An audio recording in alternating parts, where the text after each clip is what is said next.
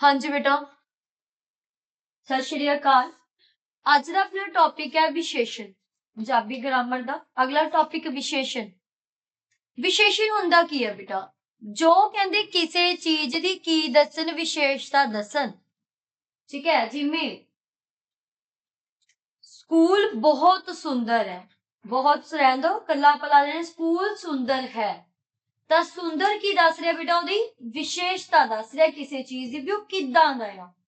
ਠੀਕ ਹੈ, ਰਾਮ ਮਿੱਠਾ ਗਾਉਂਦਾ ਹੈ ਤਾਂ ਮਿੱਠਾ ਜਿਹੜਾ ਕੀ ਹੈ ਉਹਦੀ ਤਾਂ ਦੱਸ ਰਿਹਾ ਵੀ ਮਿੱਠਾ ਗਾ ਰਿਹਾ ਹੈ। ਠੀਕ ਹੈ, ਸੋ ਕਹਿੰਦੇ ਜਿਹੜੇ ਸ਼ਬਦ ਨਾਮ ਜਾਂ ਪੜਨਾਮ ਦੇ ਨਾਲ ਆ ਕੇ ਉਹਨਾਂ ਦੀ ਗੁਣ ਦੱਸਣ, ਉਹਨਾਂ ਦੇ ਔਗੁਣ ਦੱਸਣ, ਚੰਗਾ ਆ, ਮਾੜਾ ਆ, ਛੋਟਾ ਆ, ਮੋਟਾ ਆ, ਪਤਲਾ ਆ, ਉੱਚਾ ਆ, ਲੰਬਾ ਆ, ਜਾਂ ਦੱਸਣ ਗਿਣਤੀ ਮਿੰਤੀ, 4 ਬੰਦੇ 5 ਬੰਦੇ ਕੁਝ ਵੀ ਗਿਣਤੀ ਮਿੰਤੀ ਵੀ ਦੱਸਣ ਕਹਿੰਦੇ ਤੇ ਉਹਨਾਂ ਨੂੰ ਆਮ ਤੋਂ ਕੀ ਬਣਾ ਦੇਣ, ਇੱਕ ਖਾਸ ਬਣਾ ਦੇਣ ਤਾਂ ਆਪਣੇ ਲਈ ਕੀ ਹੁੰਦੇ ਨੇ ਬੇਟਾ?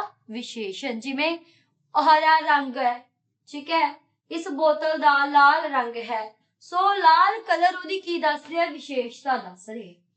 ਫਿਰ ਬੇਟਾ ਆ ਜਾਂਦੀਆਂ ਨੇ ਕਿਸਮਾਂ। ਕਹਿੰਦੇ ਵਿਸ਼ੇਸ਼ਣ ਨੇ ਜਿਹੜੇ ਉਹ 5 ਪ੍ਰਕਾਰ ਦੇ ਹੁੰਦੇ ਨੇ। ਮੈਂ ਸਭ ਤੋਂ ਪਹਿਲਾਂ ਜਿਹੜੀ ਵਿਸ਼ੇਸ਼ਣ ਹੈ ਬੇਟਾ, ਗੁਣਵਾਚਕ ਵਿਸ਼ੇਸ਼ਣ। ਦੇਖੋ ਗੁਣ ਤੋਂ ਪਤਾ ਲੱਗ ਰਿਹਾ ਵੀ ਤੁਹਾਡੇ ਗੁਣ ਦੱਸੇ।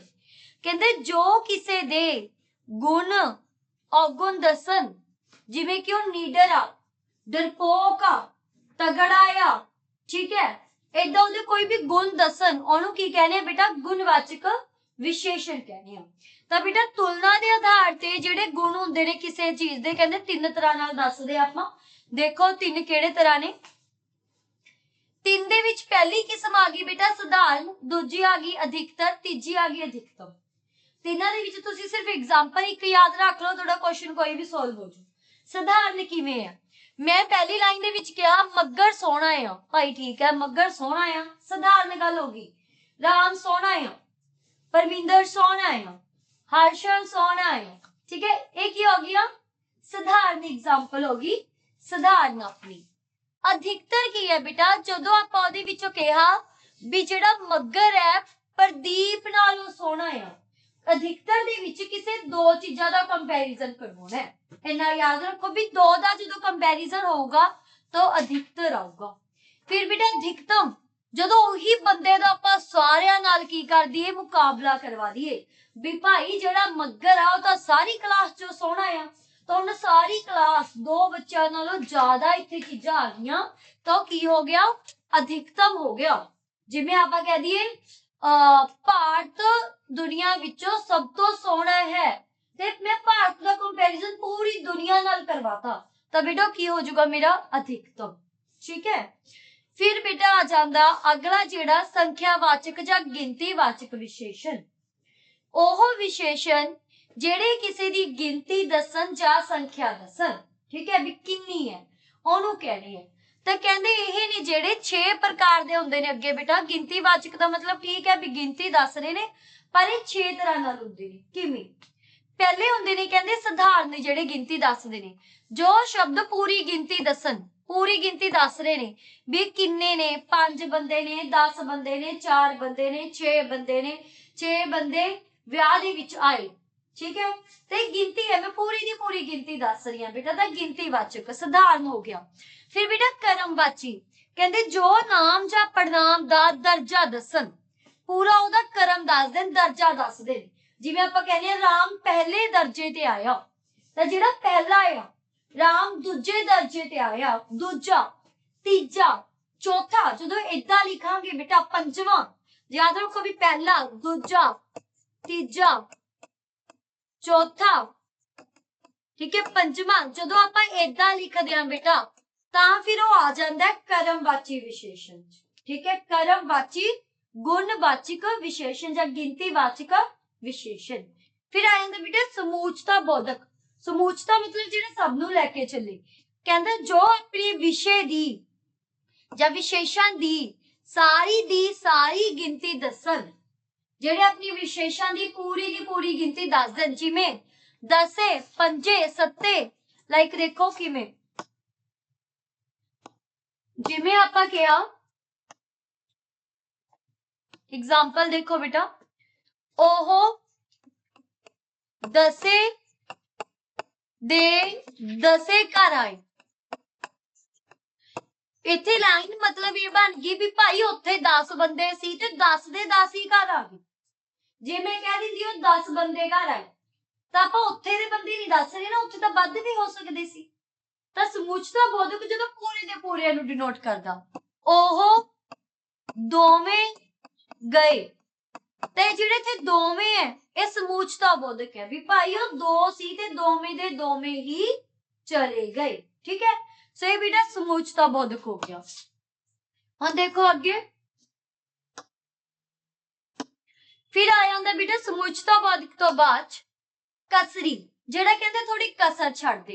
ਉਹ ਵਿਸ਼ੇਸ਼ਣ ਜਿਹੜਾ ਆਪਣੇ ਵਿਸ਼ੇਸ਼ਾਂ ਦੀ ਹਿੱਸੇ ਬਾਰੇ ਦੱਸੇ ਵੀ ਭਾਈ ਕਿੰਨਾ ਕਾ, ਜਿਵੇਂ ਅੱਧਾ ਕਿਲੋ ਆ, 4 ਪਾਈਆ ਪਾਈਆ ਆ।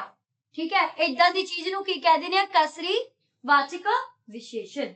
ਫਿਰ ਆ ਜਾਂਦਾ ਬੇਟਾ ਨਿਖੇੜਕ, ਜਿਹੜਾ ਨਿਖੇੜ ਕੇ ਦੱਸੇ, ਜੋ ਬਹੁਤਿਆਂ ਵਿਸ਼ੇਸ਼ਾਂ ਵਿੱਚੋਂ ਕੁਝ ਨੂੰ ਕੀ ਕਰਦੇ, ਨਿਖੇੜ ਕੇ ਦੱਸੇ। ਜਿਵੇਂ 2 2 ਕਰਕੇ ਉਹ ਘਰ ਆਏ, 4 4 करके ओह घर आए, 5 5 करके ओह गए।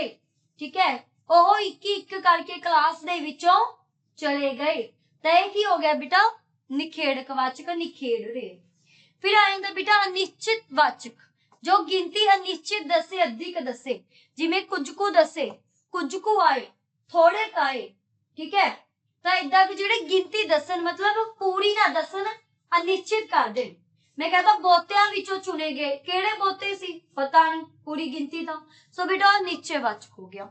हुण बेटा अगली है जिहड़ी इसदी ओह हुंदी है परिमाणवाचक विशेषण। परिमाण जदों भी आ जाए बेटा परिमाण, ਇਹਦਾ मतलब है ਜਿਹੜਾ ਮਿਣਤੀ दसे, गिनती दसे, मापे तोले कहंदा भाव किसी चीज ਨੂੰ मापना तोलना, ਉਹ परिमाणवाचक ਦੇ ਵਿੱਚ ਆਉਂਦਾ ਹੈ। ਕਹਿੰਦੇ ਜੋ ਸ਼ਬਦ ਆਪਣੇ ਵਿਸ਼ੇਸ਼ਾਂ ਦੀ गिनती मिनती माप तोल दसन, ठीक है, उन्होंने परिमाण वाचक विशेषण कहते। हाँ, तो बेटे ये दो तरह के हो जाते हैं, निश्चित वाचक परिमाण, अनिश्चित वाचक परिमाण। निश्चित जिवें मैंने कहता भाई 3 किलो आटा पा दे, 4 किलो आटा पा दे, है ना, 2 किलो आटा कर दे, तो ये मेरा की हो गया बेटा निश्चित। हुण मैंने कहता ये रत्ता कुछ आ दे, कुटक चाह दे, हुंदा ना, आपां कदे कहने मम्मी बस कुटक पा दी, तो कुटक मेरा बेटा की हो गया वर्ड अनिश्चित वाचक। ठीक है, जिवें चाह विच रत्ता को खंड पा, तो वर्डिंग की होगी बेटा अनिश्चित दी। ठीक है, उस तो बाद बेटा अगले आउंदे ने जिहड़े निश्चय वाचक, जिहड़े पक्के होण। ये आपां पहला भी पड़नाम दे विच भी कीता सी सेम। सो सेम चीज है इहदे विच भी, जो अपनी कहंदे विशेषां नूं इशारे नाल इक आम तो खास बना दे। ये दो तरह के होंगे ने, निकटवर्ती दूरवर्ती। ओही बेटा जिवें आपां एग्जाम्पल कह रही है, इहदे मैं पहला भी करवाई सी, यह राम दा घर है, तां जिहड़ा बेटा जी यह है, यह वर्ड है ना जिहड़ा दस रहे निकटवर्ती भी आही चीज है। ठीक है, हुण इत्थे हैगा तां पक्का आ भी भाई यही राम दा घर है, ओह राम दा घर है, ਤਾਂ ਉਹ दूर वाली इशारा करके कह रही है मैं भाई भी ओहो राम दा घर है। सो ये बेटा केड़ा हो गया दूरवर्ती। ठीक है, अगले हुंदे ने बेटा परिणामी विशेषण। परिमाण जिहड़े परिणामी विशेषण हुंदे ने, कहंदा जो परिणाम हुंदे होए, हुंदे तां परिणाम ने, पर कहंदा किसे नाम शब्द नाल आके विशेषण दा काम कर। मतलब की आ, मतलब पिछे नाम होगा, अगे परिणाम होगा। इहदे विच ਜਦੋਂ भी तुसीं परिणामी लभना बेटा तो इन्ना याद रखो भी अगे कोई भी नाम है, जिवें कोई बुक है, कुछ भी आ, बस ਉਹਦੇ ਅੱਗੇ परिणाम होगा तो की कहंदे ने परिणामी विशेषण। जिवें एग्जांपल देखो मैं ਤੁਹਾਨੂੰ ਇੱਥੇ ਦੱਸ ਦਿਆਂ जी, उदाहरण